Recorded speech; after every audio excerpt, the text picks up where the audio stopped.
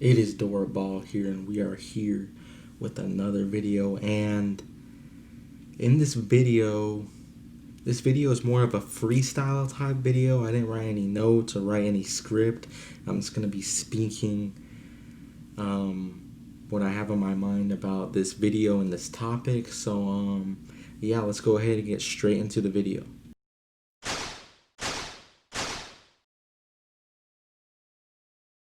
So the topic of this video is Dragon Ball generic, and Dragon Ball, yeah, it always gets called generic now. It's not really like, oh, it's unique or anything. Everyone just calls it, it's generic. Goku just gets a random power up against a villain and he wins in every arc, and every arc is the same. And that is completely false. You never see that in any one of the arcs where Goku just is getting destroyed and then he just gets a random power up and wins. It never happens in the show. Literally, never. We're talking about the original Dragon Ball manga from Pilaf to Buu right now. We're not talking about Super right now. We're talking about original work from Toriyama, not from Toei and Toyotaro, which is Dragon Ball Super. So, it's Dragon Ball generic. So, the first thing to start off with is the characters. Are the characters generic?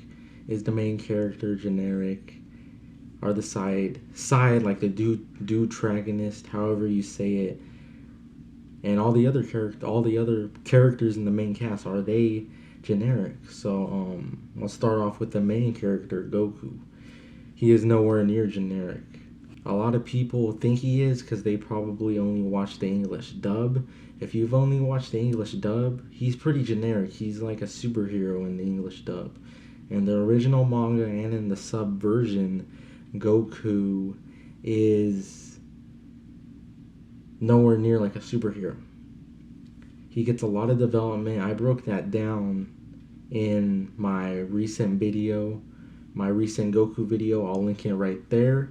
And he has a lot of original character development and complexity. A lot. You see him, to briefly sum it up, you see him as a kid, and you see him, he's never interacted with people. He doesn't even know the difference between a boy and a girl, and he doesn't even know what a car is. He thinks it's a monster. His development, so he develops in that way. And then if you get to the King Piccolo arc, this is where he gets a more dark side of his character, where he goes on a killing spree. And then right after that, he goes to train with Kami, aka God, and he gains a more merciful heart towards villains. And from then until the end of the Frieza saga, he is trying to overcome his soft-heartedness towards villains. And when you get to the Saiyan saga, he finds out he's a Saiyan, and he hates the fact that he's a Saiyan.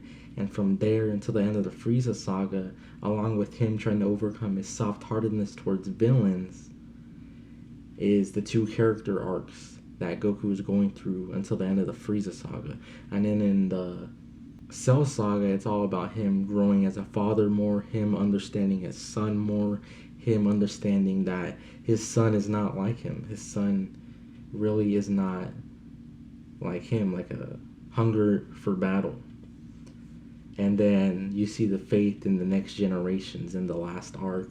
Great characterization, original character development. And even if his character development isn't original now, which it still is, if it was original when it came out, it's original.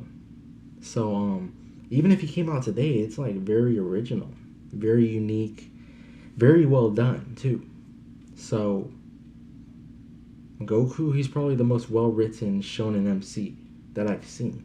If you watch the manga, if you watch the sub version or read the manga from Pilaf to Buu, and not the English version, because it ruins his character, you'll see his character development, his complexity, and his characterization. I broke that down in the video, like I said, and yeah, so I think he's easily the most well-written shonen MC, and easily probably up there with the seinen MCs. He's probably better than Guts, Thorfinn, Aaron, A lot of people are hyping up Eren now. Eren's development is good, but not as good as Goku's. Trust me. If you read Peel Off the Boo, you will see.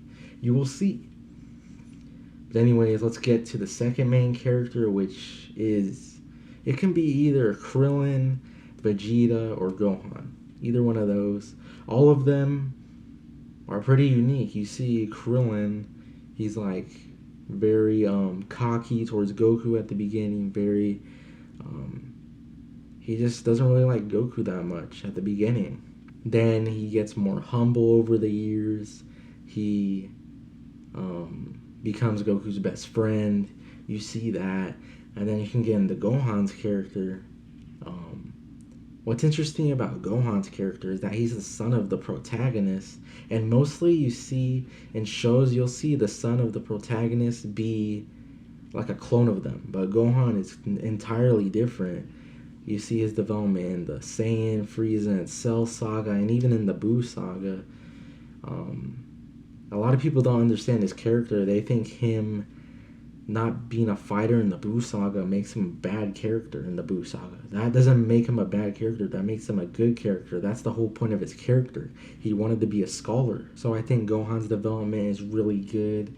You see him mature more. You see him become more of a man over the years. And his development is really good. I'm going to make a video on his development going way more in depth really soon. So stay tuned for that. And yeah, so if we get into Vegeta's character, Vegeta's development and originality and uniqueness and everything about Vegeta is incredible. You will not find a villain that turned from evil to good as well executed as Vegeta. There might be a couple, there's a couple in the running, but Vegeta is easily top 2 or 3. He could be top 1. So his development is insane. All the development he goes through throughout the whole series. My favorite thing from Vegeta's development is in the Buu saga, where he turns into a Majin, and he turns into a Majin to get revenge on Goku. But he also, a lot of good dialogue in the Majin Vegeta versus Goku fight. Vegeta, he says that one of the main reasons he didn't stay good and wanted to become more ruthless again was because he couldn't find happiness in Earth. Like, him having a family, he thought that would bring him happiness because he saw everyone around him with that happiness, with having a family. He was really foreign. He's a foreign alien from a different planet. So happiness and everything from Earth was very foreign and strange to him. So that was very interesting and complex. There's a lot more about his character, which I will break down in my Vegeta analysis really soon. So the main cast is very unique and nowhere near generic. It's probably still the best main cast, well-written main cast in shonen, at least in battle shonen by far. Probably the only one that comes close is either One Piece or Yu Yu Hakusho, but Dragon Balls is still better than those. So, despite being the original battle shonen main cast, it still is the best. Still is. So, even if it came out today, these characters would be very unique, very original, nowhere near generic. So that is the main cast. Let's get into the plot. So the plot in the original Dragon Ball really never gets criticized. So in this plot analysis, I'm mainly going to be talking about the plot of Z, the Z portion, which is basically just Dragon Ball, because Dragon Ball is all one manga. So let's start with the Saiyan saga.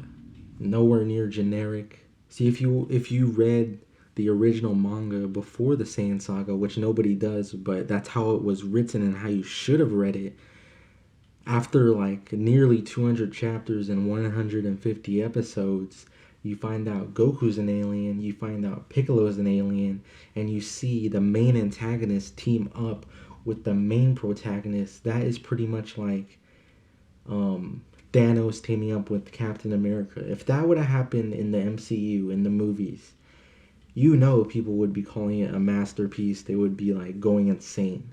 So this starts with the arc. You see Goku revealed as an alien. He has a brother from outer space. You see Piccolo revealed as an alien. Piccolo was supposed to be, he was always thought of as a demon. So all these things you see, and then you can get into Goku having a son now, all these things, and you have other aliens coming from outer space, which there was no outer space yet at this point of the time, at this point of the series. So all these things to start off the arc, and then Goku dies in this arc, and then the genius of this was Goku dies, so Toriyama shifted the focus of the series for a big amount of the arc towards the main antagonist and the son of the protagonist. So you see them bond, and you see Piccolo find out that he can be treated not like a monster, and his great development. And then you see later in the arc Goku's great character development in this arc, and in the Frieza arc you see great development from all the characters: Gohan, Goku, Piccolo, Vegeta, and more. So great. This is insane. And then you have Nappa killing the whole cast, and you find out the Dragon Balls are gone, and then you start seeing hints that Piccolo has a home planet, and there's a whole race of Piccolo, and you see the final fight with Vegeta and Goku, and you see the huge climactic finish with all the strategy. It took a whole teamwork to defeat Vegeta. Some people just say it's Goku powering up and he wins. That doesn't happen in any of the fights. In this fight, the final fight, you see a lot of strategy with Krillin, Gohan, Yajirobe, and Goku. It took a whole teamwork to defeat Vegeta. And then you get into the Frieza arc, which the Saiyan and Frieza arc are pretty much one huge arc, because everyone is still dead after the Saiyan saga, and it's all about the Saiyan lore and the Namekian lore. You can call it two arcs, you can call it one arc. I call it one arc because it makes sense. So in this arc, then you find out Goku's origin after 150 episodes, that it's pretty much a Hitler that has destroyed his whole race, and you see great character development throughout this arc from Goku, Gohan, Vegeta, and Krillin, and more. So, and Piccolo. So you see Piccolo. Some people think his development stopped in the Saiyan saga with Gohan. It didn't stop there. His development was still ongoing. He's still dealing with his demon pride and him deciding not to fuse with Kami because of his demon pride, not deciding, struggling to fuse with Nail. And his development doesn't end really until the end of the Cell Saga. So we see that. We see a great build-up. The mystery of the Super Saiyan. You see Vegeta hype up the Super Saiyan. You don't even know what it is or how it looks. A lot of mystery and lore in this saga. A lot of build-up. And so yeah, you might even believe that Vegeta is a Super Saiyan because you see him call himself a Super Saiyan. You might believe him. And there's a lot of... It's a great plot. Great plot. I think the Saiyan and Frieza saga is the best time period or / the best arc. I think it's the best arc in all of shonen. Easily, if you break it down. So, like I said, the mystery of the Super Saiyan, a lot more in this arc. The great characterization and development from the main cast. The great plot. The great villain, which is Frieza. You find out Frieza is the reason Dragon Ball happens. It's the reason Goku has come to Earth. It's the reason the Saiyans come to Earth. It's the reason of mainly everything in Dragon Ball. So yeah, great plot in the first two arcs, or the first huge arc, whatever you want to call it. Yeah, Goku turning Super Saiyan, an incredible moment. Then you get into the Cell Saga, the Android Saga, and we're already 3/4 into the series, and there hasn't been any bad plot, any cliches, and so it amazes me. And some people think the Androids arc has the best plot, and I can agree with you on that. So we start off the series start not the series the arc starts off with a guy from the future showing up out of nowhere, and he kills Frieza in one move. So one move, Frieza at this moment has been the biggest villain in all of anime. So if you were reading this manga weekly, at this moment after the Frieza saga, you find out Frieza survived the explosion of Namek. Frieza is at this moment the biggest villain in anime. So he's the hottest villain in anime right now, in manga and anime. So this came out in about 1990. The Frieza saga did. So all of this sequence of events, and then right away he dies in one move, one slash, by this mysterious man, and he's a Super Saiyan. He's a Saiyan, and you find out he's the son of Bulma and Vegeta. All of this makes the plot incredible. And then this guy from the future lays out the entire plot line for the rest of the arc, and he's like, in 3 years you're gonna be dead, all of you. And then you can get later into the arc with Cell's reveal. It was all mysterious. There was mysteriously people getting killed in cities, and it was all a mystery, and it was incredible. You had the androids to worry about, and then now you have Cell. It was a major subplot introduced, and it was insane. Incredible plot. And don't even get me started with all the parallels. This arc has the best parallels in shonen, and maybe in all of anime. You see it's father and son oriented. Everyone underestimates everyone. So it starts off with father and son, King Cold and Frieza showing up. They underestimated future Trunks. They got destroyed. So yeah, incredible decision making in this arc, incredible writing. And you have Android 16 and Gohan's parallel, how they parallel in this arc. Android 16 it's just like Gohan. He was supposed to be made as something, but it's completely different. He has a love for nature.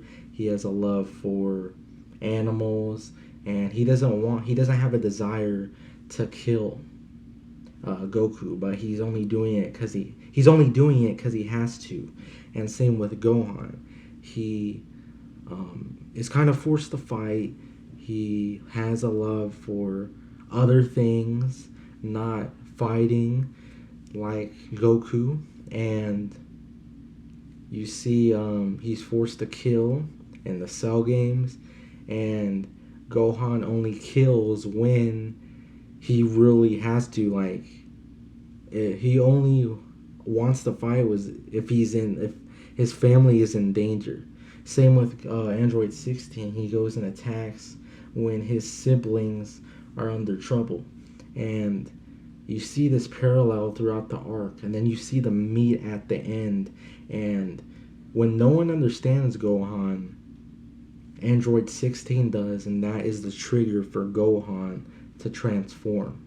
And you see there's a lot more detail to the parallel. I'll go in more depth maybe in another video. So you see the meet at the end, Gohan transforms, and it's a parallel. And it's like in life, if sometimes we have this in life where no one around you understands you, and then you see a random who understands you and sympathizes with you, and it triggers you, or you really like the person or whatever. So in this case, Gohan, it triggered him and he transformed. So very good writing by Toriyama.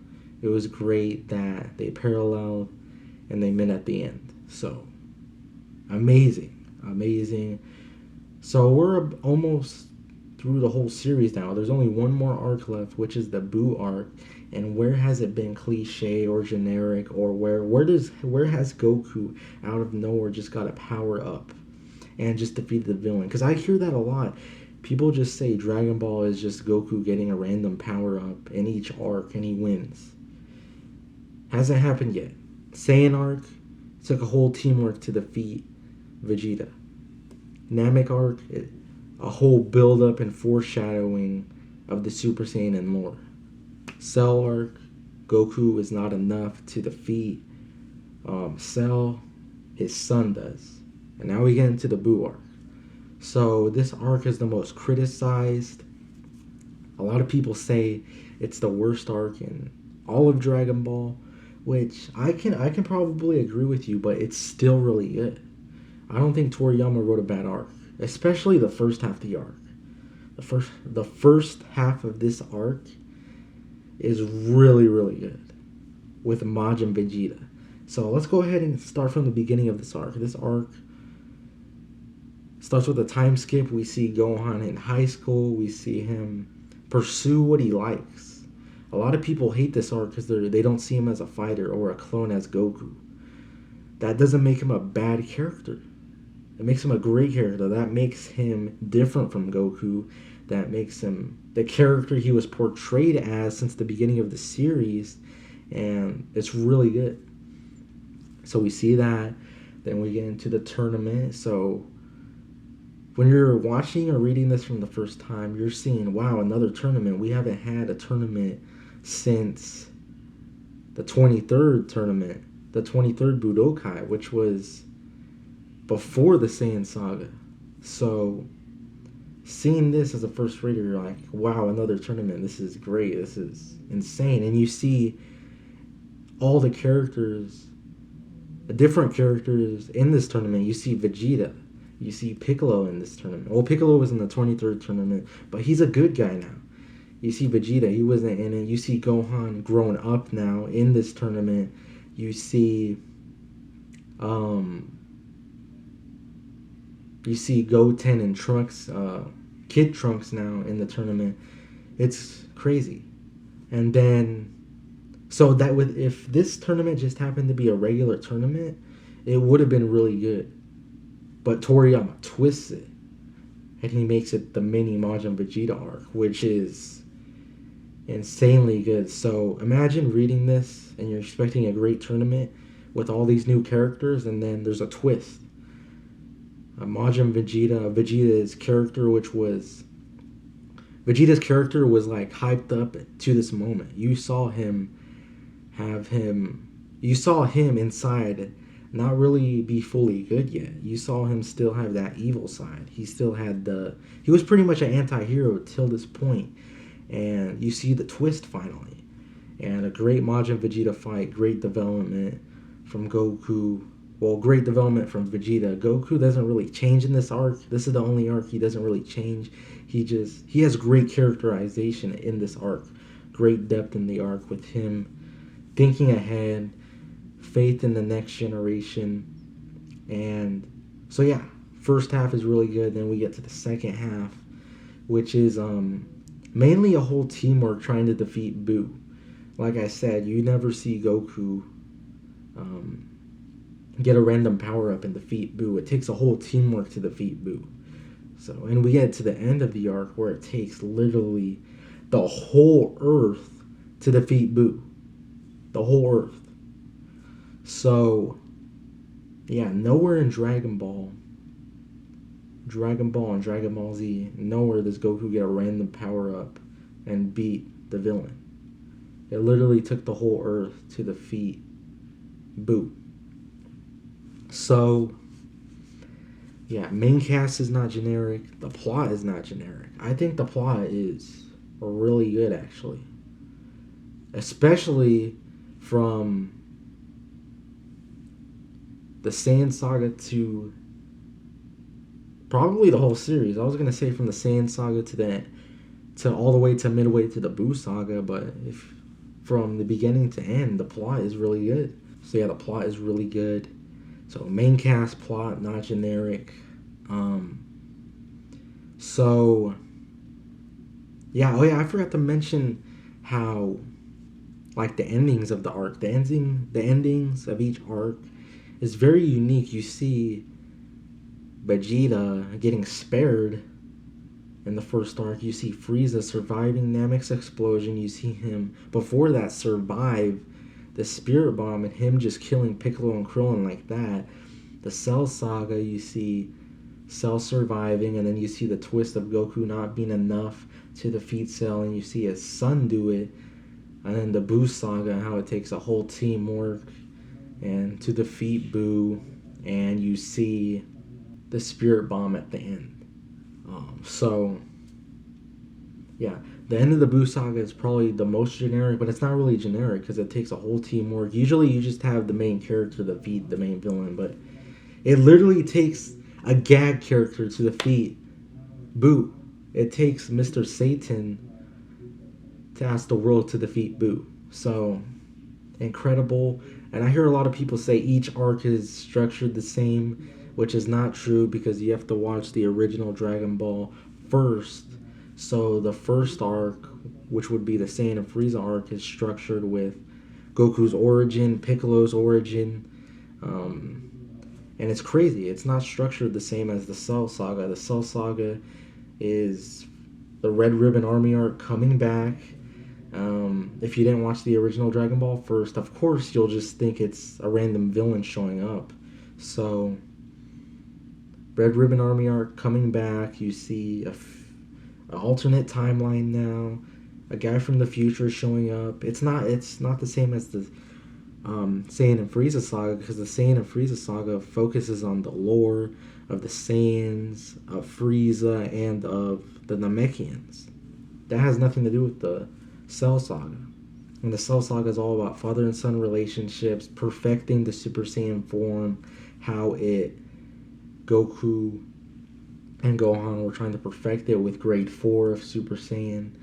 And then the Buu Saga starts off with, Gohan in high school, the Majin Vegeta, and how Buu was very different. Buu was a manifestation of mortal evil. So Buu came from mainly Vegeta.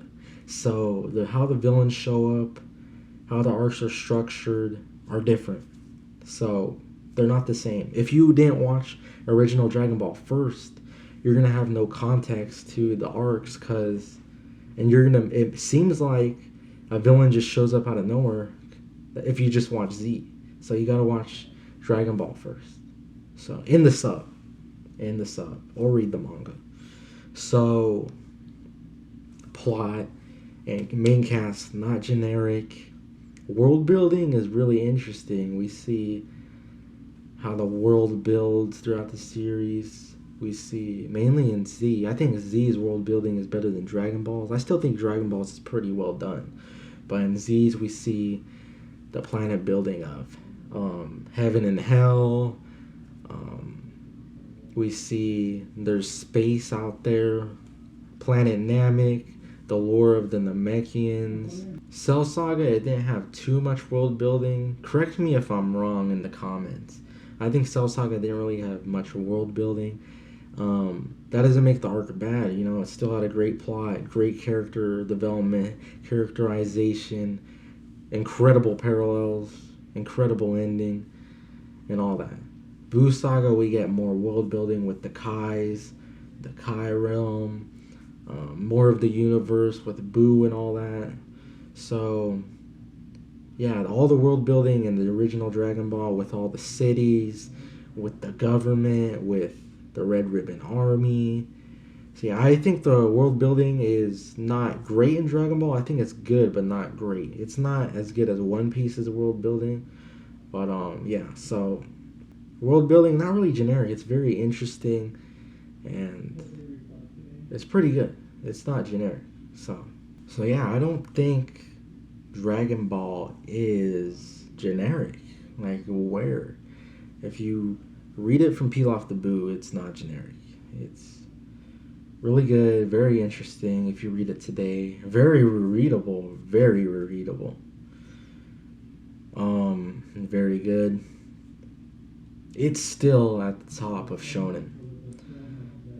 Not only did it revolutionize and highly influence shonen, it's still like top two. Maybe you can argue it's top one in shonen. Easily is a really good show. Amazing plot twist with Goku teaming up with the antagonist, Goku and Piccolo being revealed as an alien, all the endings of the arcs, Frieza surviving Namex explosion, Frieza surviving the spirit bomb and killing Krillin and Piccolo, Cell surviving, Cell's reveal, Future Trunks showing up, Majin Vegeta's plot twist in the tournament, a lot of plot twists. There's a lot more. But, you know, I still think today it still holds up. Despite being, how old is it now? Almost 40 years. It came out in 1984. So, crazy. It's amazing. And even if it was generic now, which it isn't, which I just explained, it should still get a lot of credit for being the original shonen and revolutionizing the genre and pretty much making the genre in its own image and highly influencing not just shonen but other pieces of fiction. And the art is incredible. The art is not generic either. Like, Toriyama's paneling and choreography in the manga, fight wise, is probably still the best. So Dragon Ball is still at the top. I would say Dragon Ball and One Piece are at the top of Battle Shonen. Easily. I think it goes, you can argue either Dragon Ball or One Piece are number one, and then so those are at the top. Those are at the top. Then you have a big gap, which would probably be Yu Yu Hakusho and Hunter x Hunter at 3 and 4, and then anything else after that. So that's how I think of it objectively. And Dragon Ball still holds up to this day despite being almost 40 years old. Insane. 40 years old. That's insane. So yeah, what do you guys think of this video? Go ahead and comment below. Leave a like for me. Subscribe if you like this video. And yeah, that is going to be the end of this video. Hope you enjoyed, and I'll see you guys in the next video. I'm out.